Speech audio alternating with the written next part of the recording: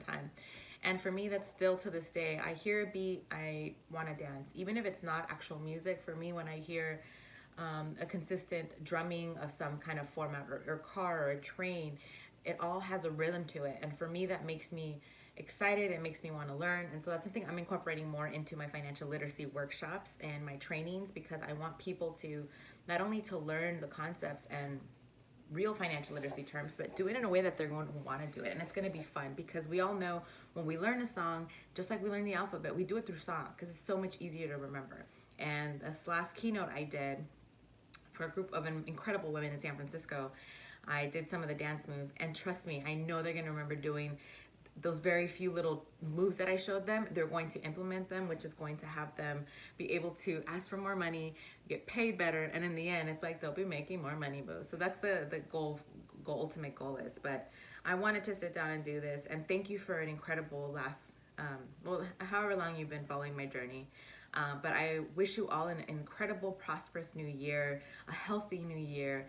And one of my other goals is I want to be able to do more collaborations with companies that not only fit the mission, but are staying true to our community too, because that's very difficult. I know this is something I really struggle with when it comes to working with brands, that sometimes I wonder, am I going to sell out if I work with them? Or are they really wanting to help my community, or is it just another way for them to make money?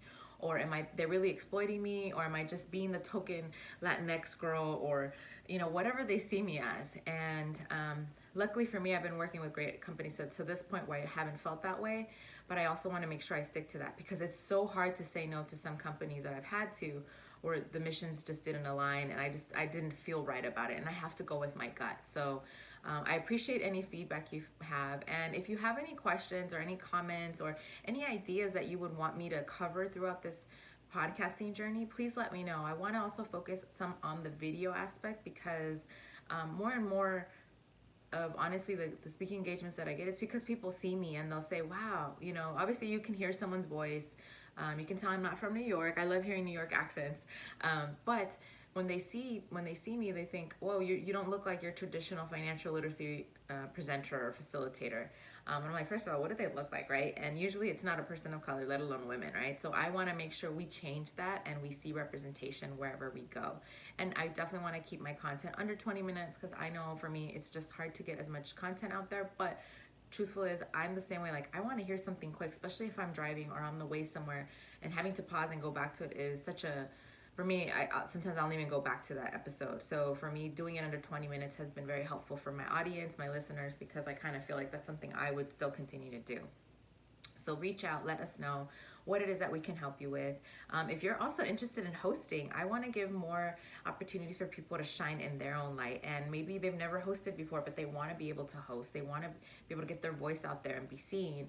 I definitely want to be that platform for them and help them, because I know for me, there's opportunities that have been given to me that would never get me to where I am today. And it was because people believed in me and my capacity, even if I didn't have the experience. So I want you to, yes, pitch yourself to me and say, I would love to be a co-host or a solo host. And if you speak another language, even a plus. You don't have to just speak Spanish. We are moving into not just doing Spanish, but different languages when it comes to Financially Savvy in 20 minutes.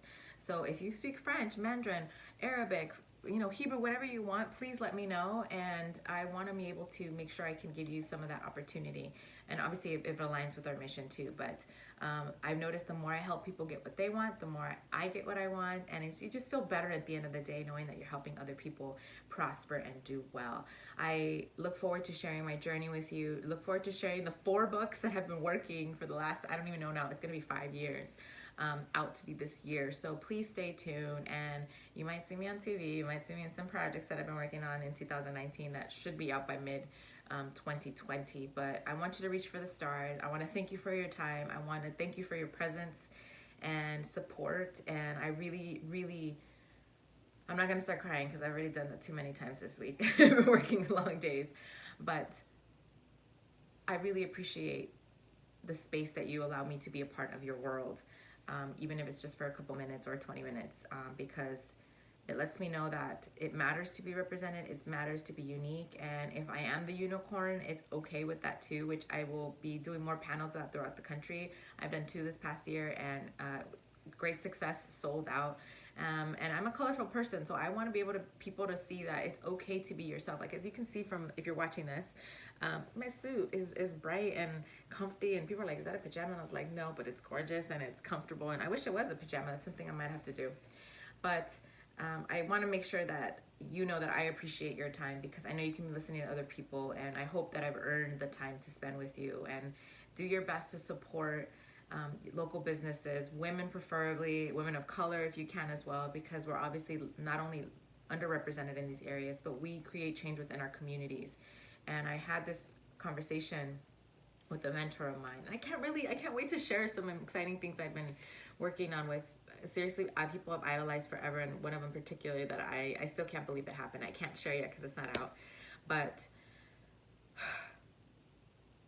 I feel so fortunate that I've had an opportunity to meet people that have changed my life for the better. But the conversation I had with this person, it was an eye-opener, because it was kind of, we were talking about more along the lines that when somebody might get an increase, let's say an extra $100,000 to whatever they're making before, and maybe they were already making $200,000, and granted that's an extra amount of pay, and this is always great, but maybe it doesn't significantly really change their lifestyle. But if you're working with someone that maybe only earns $50,000, $60,000 a year, and they earn an additional extra $100,000 a year, chances are that is going to be a game life changer for them, right? Because then they go back and be able to help and support their family. And I come across so many single parents, not just women, single parents, fathers too, that when they have that increase in pay, they can afford great child care. They feel more that they can spend more time with their children.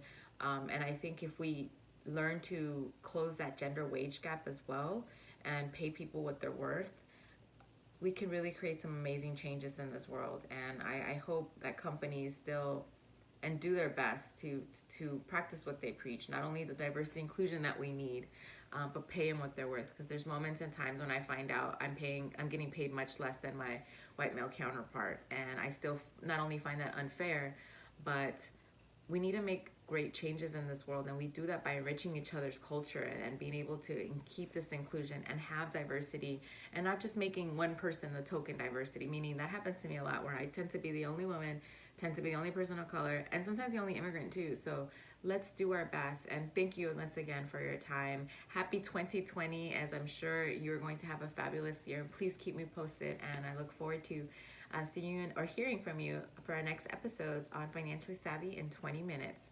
See you on the 20. Bye.